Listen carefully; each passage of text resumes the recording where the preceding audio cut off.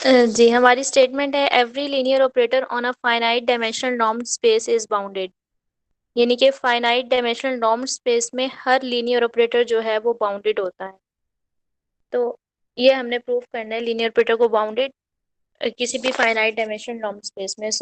हम एक norm space x ले लेंगे जो कि फाइनाइट डायमेंशन है, मतलब मींस के इसमें जो नंबर ऑफ बेसिस हैं वो फाइनाइट होंगी, E1 E2 so on to En। हमने इसकी बेसिस लेनी है। तो कोई वेक्टर एक्स जो नॉर्म स्पेस से बिलोंग करता है, इसके लीनियर कॉम्बिनेशन को हम लिख सकते हैं कि x is equal to summation j goes from 1 to n alpha j e j. So इसको एक्सपेंड करके x is equal to alpha alpha 1 E1 plus alpha 2 E2 plus so on to alpha n En। सो अब जो हमारे पास map है वो norm space x से नॉर्म स्पेस एक्स में लीनियर है, जो ऑपरेटर है। नॉर्म ले लेंगे टी का। Norm of T is equal to T और alpha 1 E1 plus alpha 2 E2 plus so on to alpha n En। और सब हम इसमें टी को अंदर अप्लाई कर देंगे क्योंकि टी एक लीनियर ऑपरेटर है। Alpha 1 T of E1 plus alpha 2 T of E2 plus so on to alpha n T of En। ये प्रॉपर्टी है। हम अगर सेपरेट सेपरेट नॉर्म अप्लाई करेंगे तो लेसर इक्वल इनइक्वालिटी आ जाएगी। Norm of alpha 1 norm of T of E1 plus so on to norm of alpha n and norm of T of En। अब ये जो टी आईज हैं हमारे पास सारे, इसके लिए हम कोई मैक्सिमम नंबर सेलेक्ट कर लेंगे कि सपोज वो नंबर जो है वो k है। देन नॉर्म ऑफ टी जो है वो lesser equals to k of norm of alpha 1 plus alpha 2 plus so on to norm of alpha n हो जाएगा। आल्सो हमने जो नॉर्म ऑफ एक्स है ऊपर, जो हमने एक्स वेक्टर लिया था हमारी नॉर्म स्पेस एक्स में से, उसका जो लीनियर कम्बिनेशन है वो अब नॉर्म की फॉर्म में लिख दिया। यानी कि norm of X is equal to norm of alpha 1 E1 plus alpha 2 E2 plus so on to alpha n En। हम कोई मैक्सिमम नंबर सी चूज कर लेंगे तमाम आई में से। और ये हमारे पास क्रेजी की बुक में एक लेमा गिवन है, पेज नंबर 72 पे, जिसके मुताबिक अगर हमारे पास एक्स जो सेट है किसी नॉर्म स्पेस के अंदर ये लीनियरली इंडिपेंडेंट है, तो ये इनइक्वालिटी है जो है वो होल्ड करेगी कि नॉर्म ऑफ एक्स जो है वो greater equals to C norm of alpha 1 plus norm of alpha 2 plus so on to norm of alpha n। अब यहाँ पे जो है हमने फ्रॉम इक्वेशन 1 यहाँ पे हम वैल्यू पुट कर देंगे alpha 1 plus alpha 2 so on to alpha n lesser equals to 1/c norm of X. ये हम पुट कर देंगे इक्वेशन नंबर 1 में, तो ये हो जाएगा norm of T of X lesser equals to k/c norm of X. यहाँ से हम k/c को कोई कांस्टेंट k प्राइम का नाम दे देंगे और यहाँ से ये प्रूव हो जाएगा कि norm of T of X जो है वो lesser equals to k prime T of X. Means कि ये एक बाउंडेड लीनियर ऑपरेटर है। मीन्स के कोई भी अगर हमारे पास फाइनाइट डायमेंशनल नॉर्म स्पेस आ जाती है तो उसमें कोई भी हर लीनियर ऑपरेटर जो है वो बाउंडेड होगा। ये हमने बाउंडेड प्रूफ कर दिया। जी इसमें कोई प्रॉब्लम है? ये इक्वेशन नंबर 1 के बाद जो जरा दोबारा एक्सप्लेन कीजिएगा। इक्वेशन नंबर 1 के बाद जो हमने ऊपर एक्स वेक्टर हमने नॉर्म स्पेस में से लिया था उसके ऊपर हमने नॉर्म अप्लाई किया है जस्ट, और उसके लीनियर कम्बिनेशन को ओपन करके लिखा है और नॉर्म अप्लाई किया है। और उसके बाद कोई जो E1 E2 En बेसिस है उसमें से हमने कोई मैक्सिमम नंबर C चूज कर लिया। देन हमने एक लेमा पढ़ा हुआ है कि अगर हमारे पास x कोई नॉर्म स्पेस है और उसके जो set of vectors x1 x2 xn हैं, ये अगर लीनियरली इंडिपेंडेंट हैं तो ये इनइक्वालिटी होल्ड करती है कि norm of x greater equals to c norm of alpha 1 plus norm of alpha 2 plus so on to alpha n। हम यहाँ पे इसकी वैल्यू निकाल लेंगे, यानी कि c को दूसरी साइड पे डिवाइड कर देंगे और इस इक्वेशन को हम पुट कर देंगे इक्वेशन नंबर 1 में। यहाँ से T norm of T x जो है वो lesser equals to k/c norm of x आ जाएगा। और k/c को हम किसी भी कांस्टेंट k प्राइम का नाम दे दें। यहाँ से जो नॉर्म ऑफ टी एक्स जो है वो lesser equals to k prime norm of X, यानी कि बाउंडेड प्रूव हो जाएगा। जी ठीक हो गया। नेक्स्ट है हमारे पास continuous linear operator. A linear operator t from domain of t to y, where domain of t is a subset of vector space x and y are norm spaces. Uh, the operator t is said to be continuous at an X not belongings to D of T. वही जो continuity की definition हमने पहले पढ़ी हुई है, वही अब हम लीनियर ऑपरेटर पे अप्लाई करेंगे कि if for every epsilon greater than zero there exist delta greater than zero such that norm of T of x minus T of x not lesser than epsilon for all x belongings to domain of T, satisfying norm of x minus x naught less than delta। यहाँ पे एक छोटी सी इसकी expansion है कि norm of T of x minus T of x naught equal होगा norm of T x minus x naught के, और ये लेसर इक्वल टू होगा जब हम नॉर्म अलग अलग अप्लाई कर देंगे तो नॉर्म ऑफ टी और norm of x minus x not, और ये जो है वो लेस देन एप्सिलॉन होगा। यहाँ से हमें डेल्टा की वैल्यू एप्सिलॉन ओवर टी मिल जाएगी। ये हमें वैल्यू आगे इसकी ज़रूरत होनी तो इस वजह से निकाल ली। नेक्स्ट है हमारे पास कि a linear operator T is continuous if and only if it is bounded.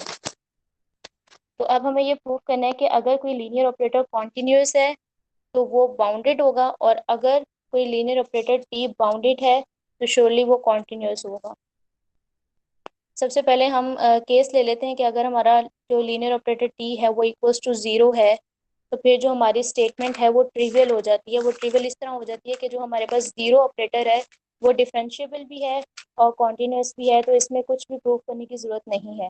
अगर हमारा जो लीनियर ऑपरेटर टी है वो इक्वल्स टू ज़ीरो है, सो कुछ भी प्रूव करने की ज़रूरत नहीं है। लेकिन अगर जो हमारा लीनियर ऑपरेटर टी है वो नॉन ज़ीरो है, तो इट मीन्स कि इसकी लेंथ भी नॉन ज़ीरो होगी, और हम एज्यूम कर लेंगे कि सबसे पहले हम एज्यूम करें कि हमारा जो टी है वो बाउंडेड है, और हमें प्रूफ करना है कि ये कॉन्टिन्यूस है। तो हम कंसीडर करेंगे any X not belongings to the domain of T and let any epsilon greater than zero and for any x belongs to domain of t such that x minus x naught जो है वो lesser than delta होगा। और ये delta की value हमने पीछे निकाली थी epsilon over T norm of T, ये भी हमें इधर हम इसको यूज करेंगे। सो हम यहाँ पे norm of T of x minus T of x naught is equal to हमारे पास norm T of x minus x naught आ जाएगा, और नॉर्म अलग अप्लाई करेंगे तो ये इनइक्वालिटी आ जाएगी lesser equals to norm of T and norm of T of x minus x not. अब ये जो एक्स माइनस एक्स नॉट है इसकी वैल्यू डेल्टा है, हमने norm of T into delta लिख दिया, ठीक है। और डेल्टा की वैल्यू क्या थी epsilon over norm of T. ये नॉर्म ऑफ टी और डिनोमिनेटर में जो नॉर्म ऑफ टी है वो एक दूसरे से कैंसिल हो जाएंगे, और T of x minus T of x naught की जो नॉर्म वैल्यू है वो इक्वल टू एप्सिलॉन आ जाएगी। ये हमने प्रूव कर दिया कि ये जो है ये जो हमारा लीनियर ऑपरेटर है ये कॉन्टिन्यूस है। Since x naught belongs to the domain of T was arbitrary, this shows that T is continuous। हाँ जी, इसमें कोई प्रॉब्लम?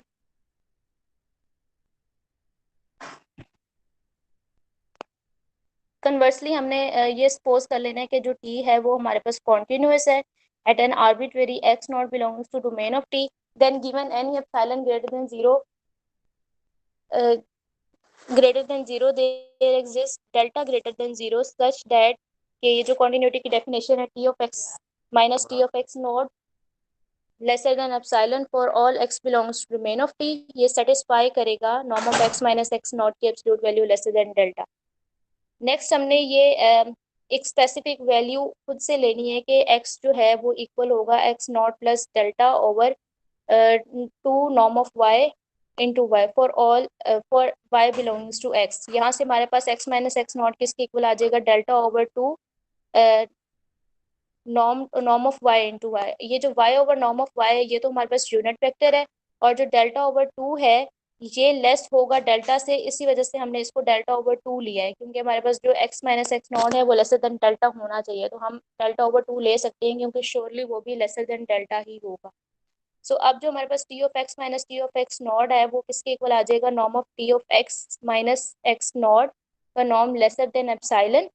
यहाँ से x माइनस एक्स नॉट की वैल्यू हम यहाँ पे पुट कर देंगे t into delta over two y over norm of y, और यहाँ से delta over two norm of y जो है वो हमारे पास स्केलर है, y का नॉर्म जो आना है वो कोई स्केलर आएगा, और जो t है वो y के साथ अप्लाई हो जाएगा।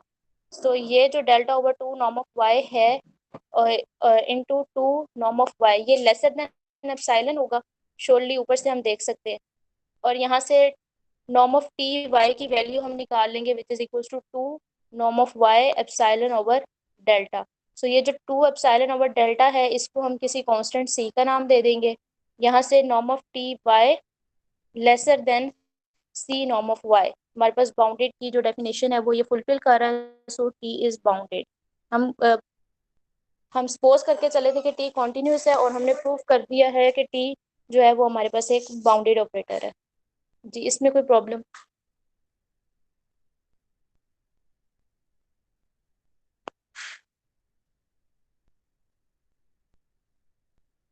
कोई प्रॉब्लम नहीं है। ओके, नेक्स्ट थ्योरम है हमारे पास कि अगर if T is continuous at a single point it is continuous, means कि अगर जो टी हमारे पास लीनियर ऑपरेटर है, बाउंडेड लीनियर ऑपरेटर, वो किसी एक पॉइंट पे अगर कॉन्टिन्यूस होता है तो इट मीन्स कि वो पूरी की पूरी डोमेन में कॉन्टिन्यूस है। इसका प्रूफ बिल्कुल सेम एज पीछे वाले थ्योरम की तरह ही हमने करना है।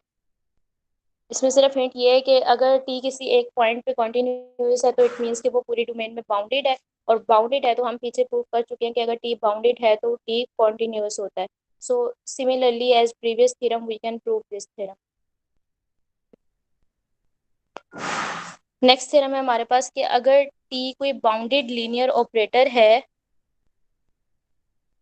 तो ए पार्ट में हमें ये शो करना है कि अगर कोई सीक्वेंस एक्स एन किसी पॉइंट एक्स को कन्वर्ज कर रहा है, दिस इम्प्लॉइज कि T of x N converge कर रहा है टी ऑफ एक्स को for all X comma X N belongs to domain of T.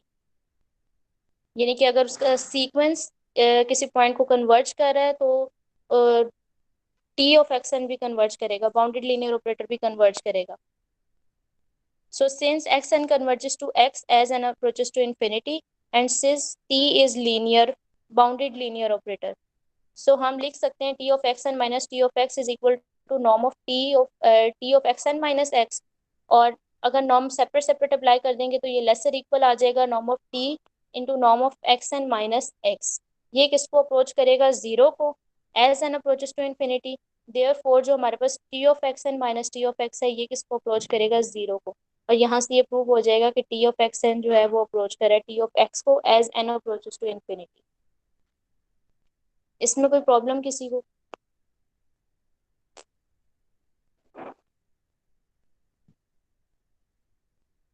Okay, next theorem है हमारे पास कि नल स्पेस इज क्लोज्ड। हमने नल स्पेस को प्रूव करना है कि ये क्लोज्ड है। क्लोजनेस के लिए हम क्या करते हैं कि हम कुछ सीक्वेंस ले लेंगे अपनी नल स्पेस में से। वो सीक्वेंस अपने अंदर ही किसी पॉइंट को कन्वर्ज करेगा, और क्लोजनेस के लिए हमने क्या प्रूव करना है कि उसका लिमिट पॉइंट भी उसी के अंदर मौजूद है, यानी कि वो अपने लिमिट पॉइंट को भी कंटेन करता है। ये ऊपर थोड़ा सा एडिशनल है, ये हमने नल स्पेस को वेक्टर स्पेस प्रूव किया है। हम यहाँ से स्टार्ट करेंगे। Now to prove closeness let x be the limit point of kernel of T, यानी कि हमने कोई एलिमेंट ले लिया एक्स में से और उसके कोरस्पॉन्डिंग एक सीक्वेंस एक्स एन बिलोंग करेगा कर्नल ऑफ टी से, सच दैट कि एक्स एन उस पॉइंट एक्स को कन्वर्ज करेगा as N approaches to infinity. So by above theorem we can see that if xn approaches to x, this implies t of xn approaches to t of x. So using above theorem we can see that t of xn approaches to t of x as n approaches to infinity. So हम limit apply कर देंगे क्योंकि हमें closeness prove करनी है। So limit n approaches to infinity T of x n is equal to T of x as x n approaches to kernel of T. It means के जो T of x N है वो किसके equal आ जाएगा? Zero के। And also x belongings to kernel of T, so it means के T of x भी जीरो के इक्वल आ जाएगा। तो यहाँ से ये प्रूव हो जाएगा कि जो कर्नल ऑफ टी जो है वो क्लोज्ड है, मीन्स के वो लिमिट पॉइंट भी उसके अंदर कंटेन करता है। जी, ये थ्योरम समझ आ गया?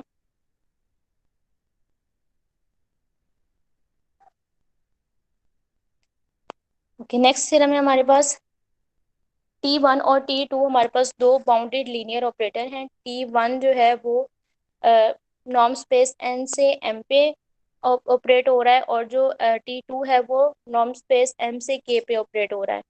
सो bounded then T2 T1 is bounded. So मैं प्रूफ क्या गिवन है कि T2 और T1 जो है वो बाउंडेड है and norm of T2 T1 lesser equal होगा norm of T2 into norm of T1। और इसको हम ऐसे भी लिख सकते हैं कि norm of T1 into T2. So in particular if T from n to n यानी कि सेम नॉर्म स्पेस हो जाएगी इस बाउंडेड लीनियर ऑपरेटर, अगर ये बाउंडेड लीनियर ऑपरेटर है तो norm T raise to power n का नॉर्म लेसर इक्वल होगा norm of T raise to power n के। तो इसको प्रूव करेंगे कि सिंस T1 एंड T2 हमारे पास बाउंडेड लीनियर ऑपरेटर है, तो कोई हम वेक्टर ले लेंगे फ्रॉम नॉर्म स्पेस एन से, और norm of T2 into T1 of x equal हो जाएगा norm of T2 into T1 of x के। और अगर नॉर्म सेपरेट सेपरेट अप्लाई करेंगे तो norm of T2 dot norm of T1 into x हो जाएगा। यहाँ से हम इसको ऐसे भी लिख सकते हैं T1 dot T2 into x.